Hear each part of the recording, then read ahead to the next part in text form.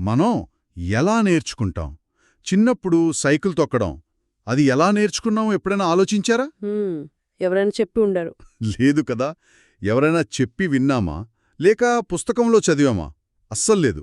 బహుశా మన స్నేహితుల్ని చూశాం. అవును, చూసి ఉంటాం. కింద పడిపోతామేమో అని భయం పడుతూనే ఆ పెడల్ తొక్కాం, పడ్డాం, మళ్ళీ లేచాం. ఈరోజు మన ముందున్న ఈ sources Telangana teacher eligibility test అంటే టెట్ కోసం తయారుచేసినవి సరిగ్గా ఇదే విషయాన్ని చెబుతున్నాయి. నిజమే.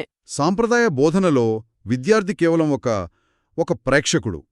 కాని ఆధునిక పద్ధతుల్లో విద్యార్థిని ఆ అభ్యాస ప్రక్రియలో హీరోగా ఎలా మార్చవచ్చో ఈరోజు మనం కొంచెం లోతుగా పరిశీలిద్దాం. మీరు చెప్పిన ఆ హీరో అనే పోలిక చాలా బావుంది. ఈ సోర్సెస్ కూడా అదే కథను చెబుతున్నాయి, కానీ ఒక 3 ముఖ్యమైన అధ్యాయాలుగా అన్నమాట. ఓకే. మొదటిది ఇతరులను చూసి నేర్చుకోవడం, అంటే పరిశీలన. రెండవది స్వయంగా చేసి నేర్చుకోవడం, అంటే కార్యాచరణ. చేసి నేర్చుకోవడం. ఇక మూడవది అందరితో కలిసి నేర్చుకోవటం, సహకారం. ఈ 3 పద్ధతులు విద్యార్థిని ఒక నిష్క్రియ శ్రోతగా కాకుండా వాళ్ల అభ్యాస ప్రపంచంలో చురుకైన పాత్రధారిగా ఎలా మలుస్తాయో చూద్దాం. సరే, అయితే ఆ హీరో ప్రయాణంలో మొదటడుగుతోనే మొదలు పెడదాం. పరిశీలన ఆధారిత అభ్యాసం అంటే కేవలం చూడటం ద్వారానే నేర్చుకోవడం. ఇది మనకు తెలియకుండానే రోజూ చేసే పనే కదా. ఉదాహరణకు యూట్యూబ్లో ఒక వంట వీడియో చూసి వండటం లాంటిది. ఖచ్చితంగా. అది మన అభ్యాసంలో అత్యంత ప్రాథమికమైన, చాలా సహజమైన పద్ధతి.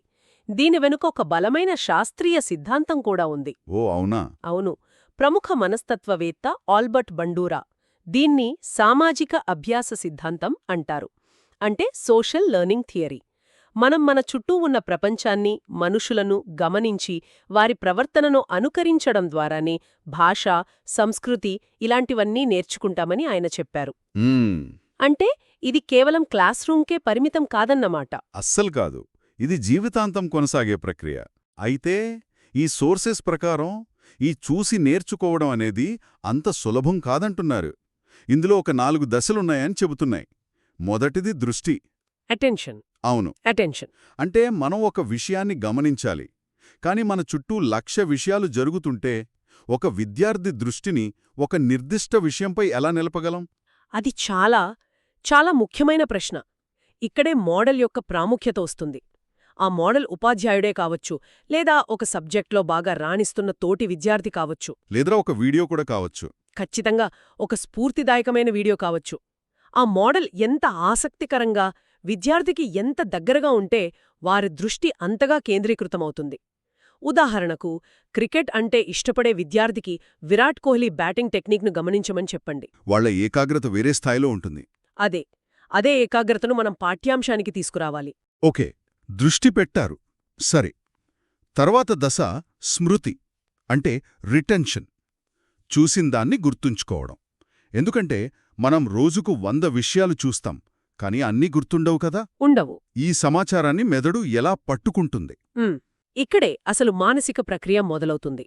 మనం గమనించిన ప్రవర్తనను మన మెదడు ఒక మానసిక చిత్రంగా, అంటే మెంటల్ ఇమేజ్ లాగా, లేదా మాటల రూపంలో కోడ్ చేసుకుంటుంది. ఓకే. దాన్ని పదే పదే మనసులో అనుకోవడం, అంటే రిహార్సల్ చేయడం ద్వారా ఆ జ్ఞాపకం బలపడుతుంది. అందుకే ఉపాధ్యాయులు ఒక ప్రయోగాన్ని చేసి చూపించాక, నేనేం చేశానో మీ మాటల్లో చెప్పండి అని అడగాలి. అర్థమైంది. ఈ ప్రక్రియ చూసిన దాన్ని జ్ఞాపకంగా మార్చడానికి బాగా సహాయపడుతుంది. ఇప్పుడు అసలు విషయానికొస్తున్నాం. 3వ దశ ఆరంభం, ఇనిషియేషన్. అంటే చూసి గుర్తుపెట్టుకున్న దాన్ని స్వయంగా చేసి చూపించడం. చాలామంది ఇక్కడే ఆగిపోతారు, ధైర్యం చేయలేరు. నిజమే. ఈ దశలో విద్యార్థులకు ఎలాంటి సపోర్ట్ అవసరం? మీరు కీలకమైన పాయింట్ పట్టుకున్నారు. ఇక్కడే అభ్యాసం ఆచరణగా మారుతుంది. మొదట్లో తప్పులు చేయడం చాలా సహజం. ఒక విద్యార్థి సైన్స్లో ఒక ప్రయోగాన్ని చూసి మొదటిసారే సరిగ్గా చేయలేకపోవచ్చు. అవును. ఇక్కడ ఉపాధ్యాయుడి పాత్ర ఒక విమర్శకుడిలా కాకుండా ఒక కోచ్లా ఉండాలి. ఫర్వాలేదు, మళ్ళీ ప్రయత్నించు, ఈసారి ఇలా చేసి చూడు అని ప్రోత్సహించాలి. చూసిన దానికి చేసేదానికి మధ్య ఉన్న గ్యాపును తగ్గించడమే ఈ దశ యొక్క లక్ష్యం. ఇక చివరిది 4వ దశ, ప్రేరణ, మోటివేషన్. ఒక పనిని ఒకసారి చేశారు, బాగానే ఉంది, కాని దాన్ని మళ్లీ మళ్లీ చేయడానికి ఒక అలవాటుగా మార్చుకోవడానికి ఆ ప్రేరణ ఎక్కడ్నించొస్తుంది? ఈ మొత్తం ప్రాసెస్కు ఇంధనం ఈ ప్రేరేపణే. ఆ ప్రవర్తనను మళ్లీ చేయడం వల్ల ఏదైనా పాజిటివ్ రిజల్ట్ వస్తే ఆ ప్రేరణ దానంతట అదే వస్తుంది. అంటే ఒక చిన్న మెచ్చుకోలు లాంటిదా? అది ఉపాధ్యాయుడి నుండి వచ్చే ఒక చిన్న మెచ్చుకోలు కావచ్చు, మంచి మార్కులు కావచ్చు, లేదా వావ్ నేనిది చెయ్యగలిగాను అనే ఆత్మసంతృప్తి కావచ్చు. ఈ 4 దశల్లో ఆసక్తికరమైన విషయమేంటంటే ఇందులో 3 అంటే దృష్టి, స్మృతి, ప్రేరణ మనసులో జరిగితే ఒక్కటి మాత్రమే బయట ప్రపంచంలో జరుగుతుంది. నిజమే కదా?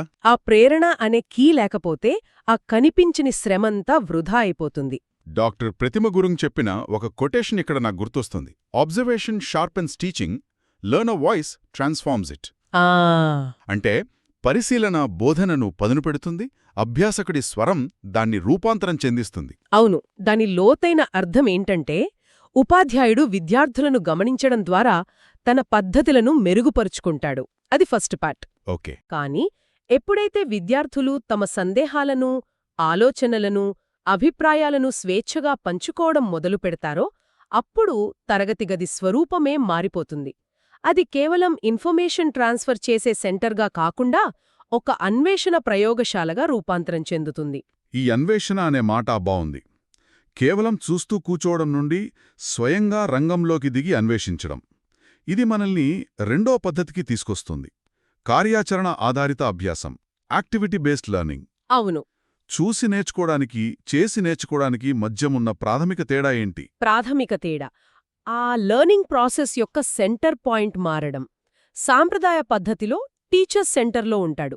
ఆయన చెప్తాడు, విద్యార్థులు వింటారు. అంతే. కానీ కార్యాచరణ ఆధారిత అభ్యాసంలో విద్యార్థి కేంద్ర బిందువు. ఇక్కడ విద్యార్థి జ్ఞానాన్ని స్వీకరించేవాడు మాత్రమే కాదు, జ్ఞానాన్ని సృష్టించేవాడు కూడా. ఓ. నేను వింటే మర్చిపోతాను, నేను చూస్తే గుర్తుంచుకుంటాను, నేను చేస్తే అర్థం చేసుకుంటాను అనే ఒక చైనీస్ సామెత ఉంది కదా. అవును, అవును. అది ఈ పద్ధతి యొక్క సారాంశమనమాట.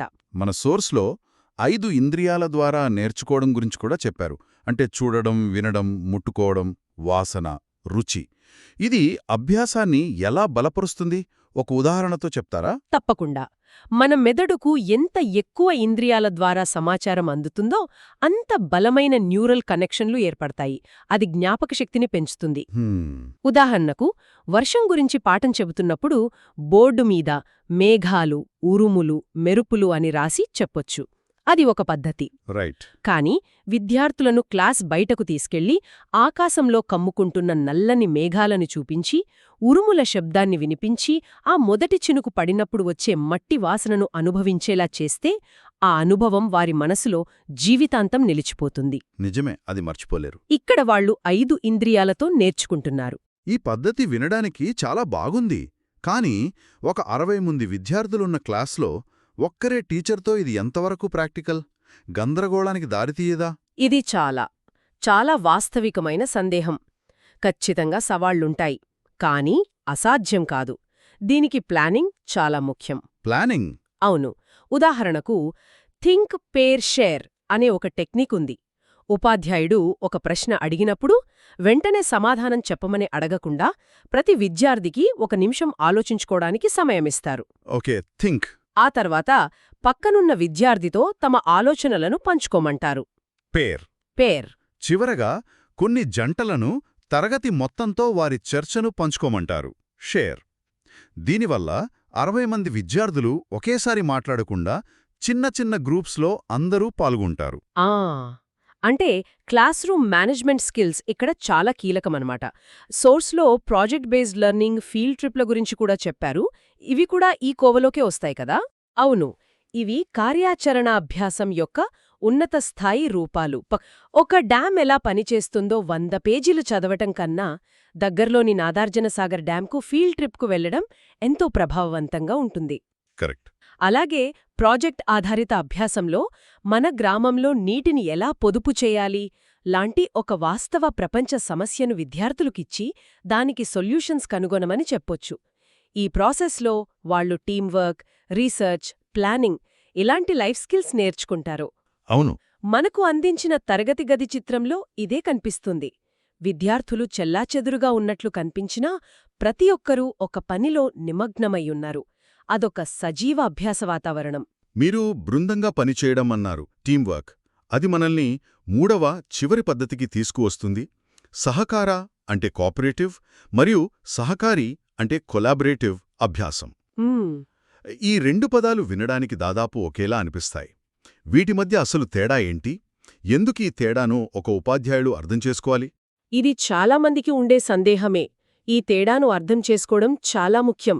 ఎందుకంటే అవి రెండు వేర్వేరు లక్ష్యాలను నెరవేరుస్తాయి. ఒక మంచి ఉదాహరణతో వివరిస్తాను. ఒక కారును తయారు చేయడాన్ని ఊహించుకోండి. Okay, car. సహకార అభ్యాసం అనేది ఒక అసెంబ్లీ లైన్ లాంటిది. ఉపాధ్యాయుడు ప్రాజెక్ట్ను చిన్న చిన్న భాగాలుగా విడగొడతాడు. ఒక విద్యార్థి టైర్లు బిగిస్తాడు, మరొకరు ఇంజిన్ను అమర్చుతారు, ఇంకొకరు పెయింటింగ్ చేస్తారు. ఓ, అంటే చాలా స్ట్రక్చర్డ్గా ఉంటుంది. ఖచ్చితంగా. ప్రతి ఒక్కరికి ఒక నిర్దిష్టమైన, స్పష్టమైన పని ఉంటుంది. వ్యక్తిగత బాధ్యత చాలా, చాలా ఎక్కువ. ప్రతి ఒక్కరూ తమ పనిని సరిగ్గా చేస్తేనే కారు తయారవుతుంది. అర్థమైందే. మరి సహకారి అభ్యాసం కొలాబరేటివ్ ఎలా ఉంటుంది?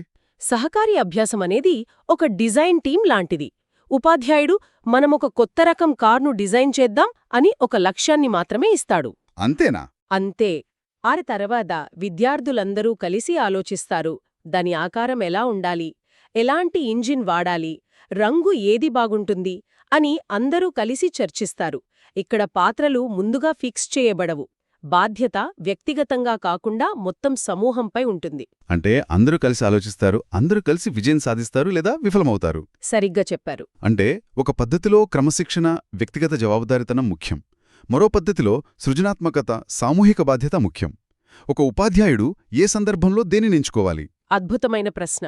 ఒక క్లిష్టమైన గణిత సమస్యను సాధన చేయిస్తున్నప్పుడు ఫార్ములాలోని ప్రతి స్టెప్ను ఒక్కో విద్యార్థికి అప్పగించడం, అది సహకార పద్ధతికి సరిపోతుంది. కరెక్ట్. కానీ కాలుష్యాన్ని తగ్గించడానికి కొత్త మార్గాలు ఏమిటి అనే టాపిక్పై చర్చ పెట్టినప్పుడు ఆ ఫ్రీ ఫ్లోయింగ్ సహకారి పద్ధతి బెస్ట్ రిజల్ట్స్ ఇస్తుంది. పొరపాటున తప్పుడు పద్ధతిని ఎంచుకుంటే ఏమవుతుంది? మంచి పాయింట్. మొదటి సందర్భంలో విద్యార్థుల సృజనాత్మకత దెబ్బతింటుంది. రెండవ సందర్భంలో చర్చ పక్కదారి పట్టి గందరగోళం ఏర్పడవచ్చు. అందుకే లక్ష్యాన్ని బట్టి సరైన సాధనాన్ని ఎంచుకోవడం అనేది టీచర్ నైపుణ్యంపై ఆధారపడి ఉంటుంది. ఈ పద్ధతులను క్లాసులో అమలు చేయడానికి టీచర్లు ఎలాంటి ప్రిపరేషన్ చేసుకోవాలి? సోర్సెస్ కొన్ని వ్యూహాలను సూచిస్తున్నాయి. అందులో మొదటది తరగతి గది అమరిక. అవును, ఆ ఫిజికల్ ఎన్విరాన్మెంట్ చాలా ముఖ్యం. బల్లలను ఒకరి వెనుక ఒకరు వరుసలలో పెట్టే పద్ధతి ట్రెడిషనల్ పద్ధతి. ట్రెడిషనల్ పద్ధతి గ్రూప్ చర్చలకు అస్సలు పనికిరాదు. విద్యార్థులు ఒకరినొకరు చూస్తూ ఈజీగా మాట్లాడుకోవడానికి వీలుగా బల్లలను సర్కిల్గా లేదా చిన్న చిన్న క్లస్టర్స్గా అమర్చాలి.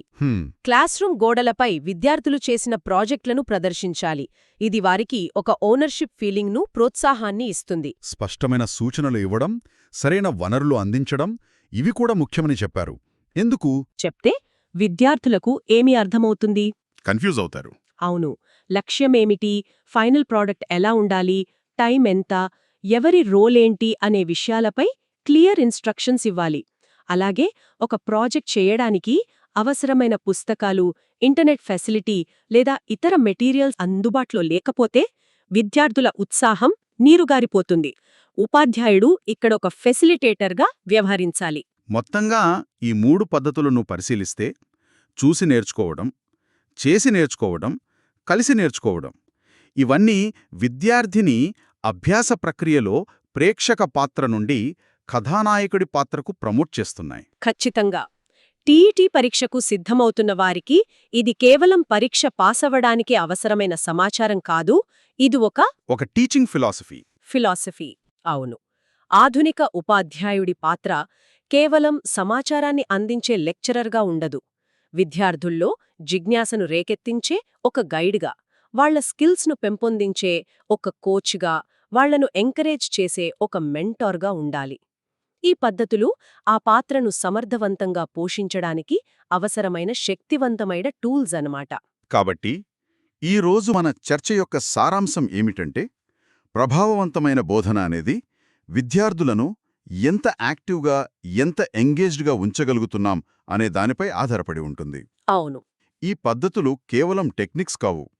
అభ్యాసాన్ని ఒక బోరింగ్ పని నుండి ఒక ఉత్తేజకరమైన అనుభవంగా మార్చే మార్గాలు. అవును. ఈ పద్ధతులన్నీ విద్యార్థిని కేంద్రంగా ఉంచుతున్నాయి, వారిని హీరోగా నిలబెడుతున్నాయి. అయితే ఒక ఉపాధ్యాయునికి అసలైన సవాలు ఎక్కడ మొదలవుతుందంటే, హ్మ్, సిలబస్ను పూర్తి చెయ్యాలనే ఒత్తిడి, పరీక్షలలో మార్కులు సాధించాలనే అంచనాల మధ్య ఈ విద్యార్థి కేంద్రీకృత అనుభవాత్మక పద్ధతులకు సమయాన్ని, స్వేచ్ఛను ఎలా కల్పించాలి? ఒకవైపు పాఠ్యపుస్తకం, మరోవైపు విద్యార్థి యొక్క సహజమైన జిజ్ఞాస. ఈ రెండింటినీ ఒక ఉపాధ్యాయుడు తమ తరగతి గదిలో ఎలా బ్యాలెన్స్ చేయగలరు? నిజమైన బోధనా నైపుణ్యం ఈ సమతుల్యతను సాధించడంలోనే దాగి ఉంది. దాని గురించి ఆలోచించండి.